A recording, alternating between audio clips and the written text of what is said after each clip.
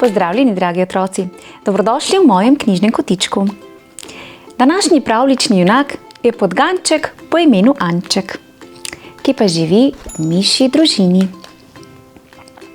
Anček je drugačen, večji, bolj okoren in mišje sestrice se njegovi drugačnosti vedno bolj posmehujejo.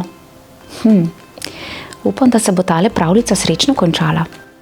Otroci, udobno se namestite, umirite svoje ritke in prisluhnite pravljici z naslovom Anček podganček.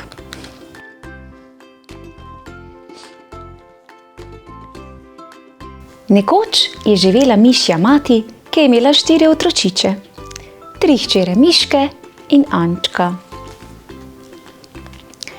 Že od nekdaj je bil Anček mnogo večji od svojih sester.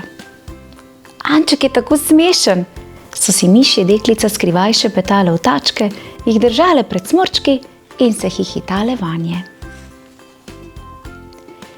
Pridi že, Anček, pleši z nami, so mu klicale.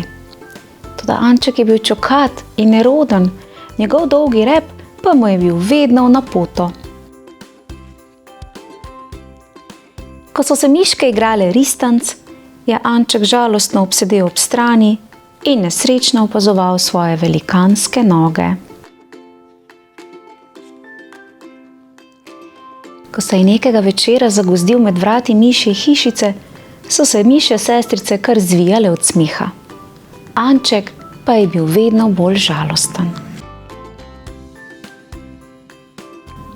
Le zakaj sem tako velik in grd, je zaihtel Anček. Zakaj sem tako zelo drugačen od ostalih?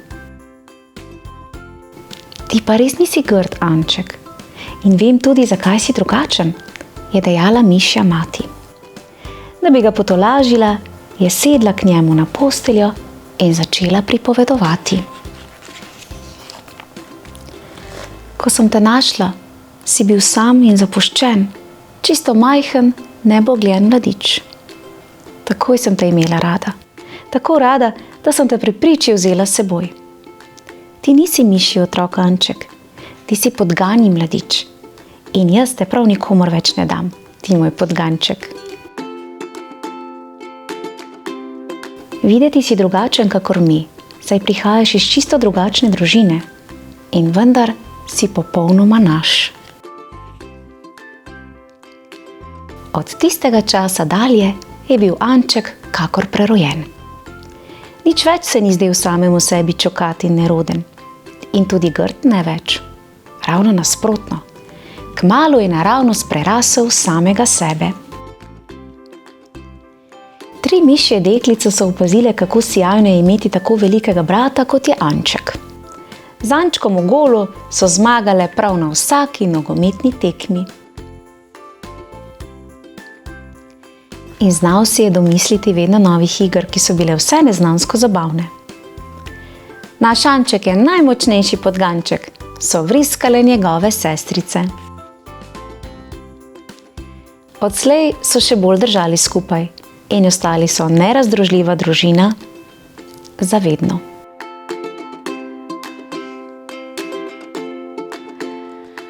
Joj, kako prikupen je tale Anček podganček, kaj ne?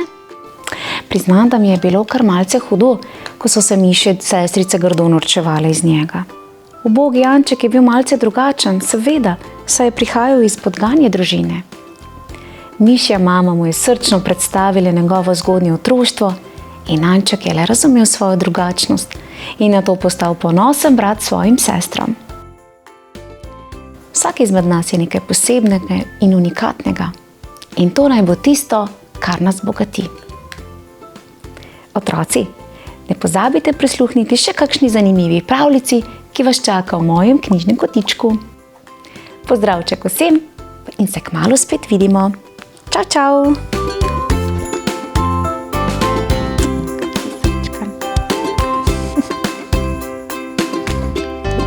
Podganček.